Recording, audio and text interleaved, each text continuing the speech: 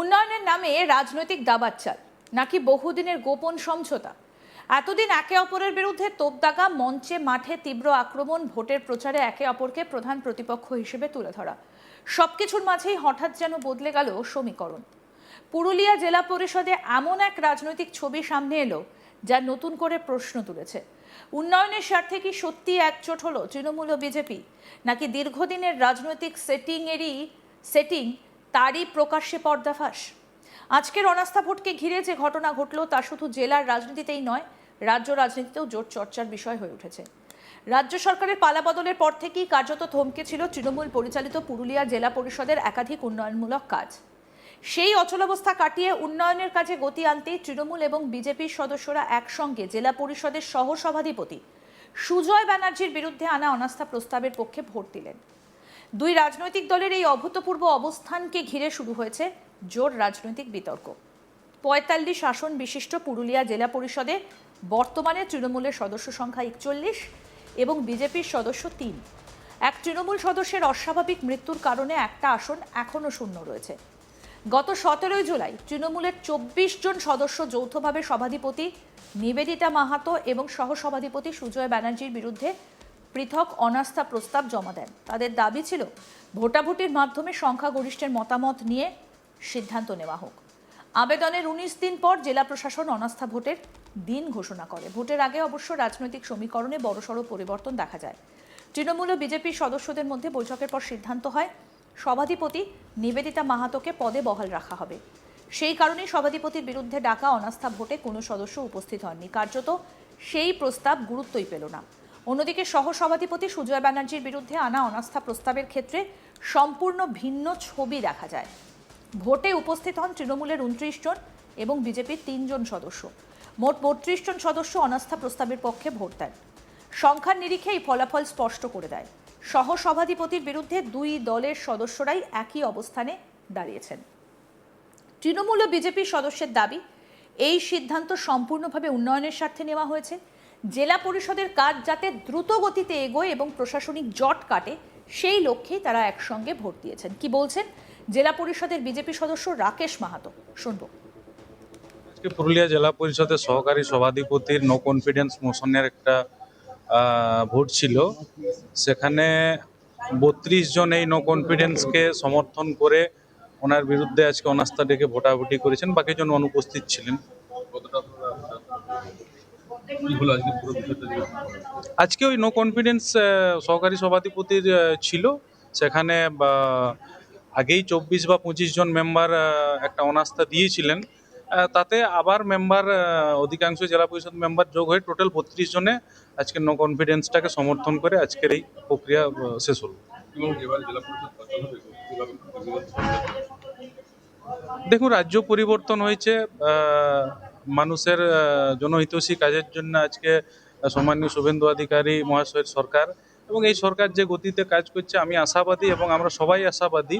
সেই আশাই ভারতীয় জনতা পার্টির সাথে এবং অন্যান্য রাজনৈতিক দলের যারা সদস্য আছেন তারাও কিন্তু এই উন্নয়নের ধারায় একসাথে যোগ দিয়ে উন্নয়ন করার চেষ্টা করছেন, এবং রাজ্য সরকার সম্পূর্ণভাবে এই পুরুলিয়াকে এবং এই পুরুলিয়া জেলা পরিষদকে ডেভেলপমেন্টের জন্য সহযোগিতা করবেন, এইটুকু আমার বিশ্বাস। আমরা দেখেছিলাম যে সভাপতির ক্ষেত্রে একটি অনাস্থা আনা হয়েছে, তো বিষয়টি কি হলো যে বুঝতে পারছি না, মানে সাধারণ মানুষের বোধগম্য হচ্ছে না।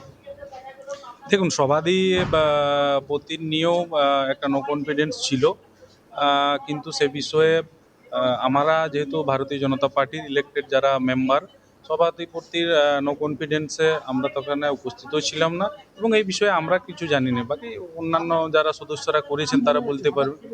আজকে দেখা গেল জেলা পরিষদ একেবারে বিজেপি তৃণমূল একজোট হয়ে আজকে অনাস্থা প্রস্তাবের পক্ষে ভোট দিয়েছে, বিষয়টি কি বলবেন? দেখুন, নতুন সরকারের বক্তব্য এখানে কেন আর বিজেপি তৃণমূল নয়। এই পশ্চিমবাংলা গত মমতা ব্যানার্জির এই কুশাসনের ফলে পশ্চিমবাংলা যে পিছিয়ে গেছে, তাতে সবাই যে জায়গা থেকে যারা প্রতিনিধি হয়ে জিতে এসেছেন এই সরকারের উন্নয়নের ধারায় একসাথে একযোগে যোগ দিয়ে আমরাকে কিন্তু প্রত্যেকটা জেলা, প্রত্যেকটা ব্লকের উন্নয়ন করতে হবে, এই বার্তাই কিন্তু আমাদের ভারতীয় জনতা পার্টির সরকারের। তাহলে জেলা পরিষদ এবং আমরা গত সরকারের মতো আমি এই জেলা পরিষদে আজকে 3 বছর থেকে আসছি। আমার সদস্যরা আছেন আমরা কোনোদিন বিরোধী বিজেপি জেলা পরিষদ সদস্য হিসাবে এখানে কোনো একটা কথাও বলতে পারতাম না, কিন্তু আমার সরকারের বক্তব্য যে যারা জনপ্রতিনিধি হয়ে এসছেন তারা মানুষের ভোটে হয়ে এসছেন, উনাদেরকে সামনে রেখে আমরা কিন্তু উন্নয়নের ধারাকে অব্যাহতি রাখবো। গত সরকার যে করেছে ও বিরোধী, ওকে আমি সিগনেচার করতে দেবো না, ওর প্রপোজাল নিব না, ওকে কোথাও মিটিংয়ে ডাকবো না বা পুলিশ দ্বারা প্রতারিত করব, এই নিম্নমানের নিম্নরুচির চিন্তা ভাবনা আমাদের সরকারের নয়। আমাদের সরকার সবকা সাথ সবকা বিকাশ, মোদিজির যে আহ্বান সেই আহ্বানেই চলছে। তবে বিরোধীদের একাংশের দাবি, উন্নয়নের যুক্তির আড়ালে রাজনৈতিক সমঝোতার ছবি সামনে এসেছে। কি বলছেন জেলা পরিষদের তৃণমূল সদস্য সন্তোষী দত্ত বাউরি, শুনবো। আজকে দেখুন জেলা পরিষদ যে আমাদের মিটিং হল, সেখানে আমাদের 45 জন মেম্বারের মধ্যে 12 জন অ্যাবসেন্ট আছে আর 32 জন প্রেজেন্ট ছিল। তো ভোটাভুটিতে যে মানে আমরা মেদিনীপুরে গিয়ে যা করেছিলাম সেই অনাস্থা হলো।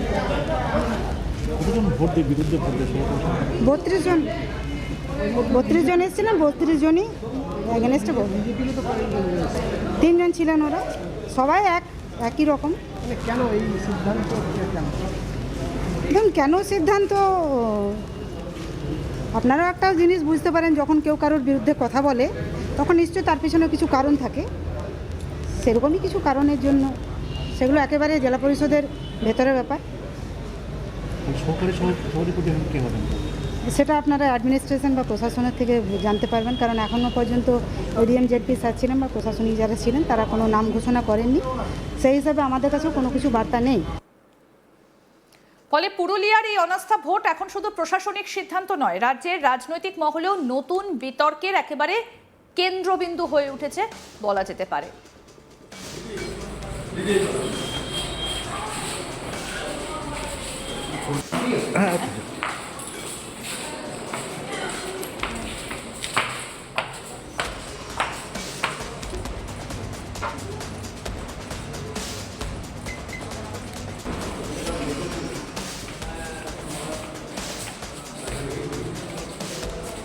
উন্নয়নের নামে রাজনৈতিক দাবার চাল নাকি বহুদিনের গোপন সমঝোতা?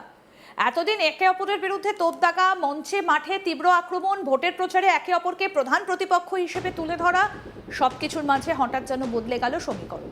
পুরুলিয়া জেলা পরিষদে এমন এক রাজনৈতিক ছবি সামনে এলো যা নতুন করে প্রশ্ন তুলেছে, উন্নয়নের স্বার্থে কি সত্যিই একজোট হলো তৃণমূল ও বিজেপি, নাকি দীর্ঘদিনের রাজনৈতিক সেটিংয়েরই প্রকাশ্যে পর্দাফাঁস?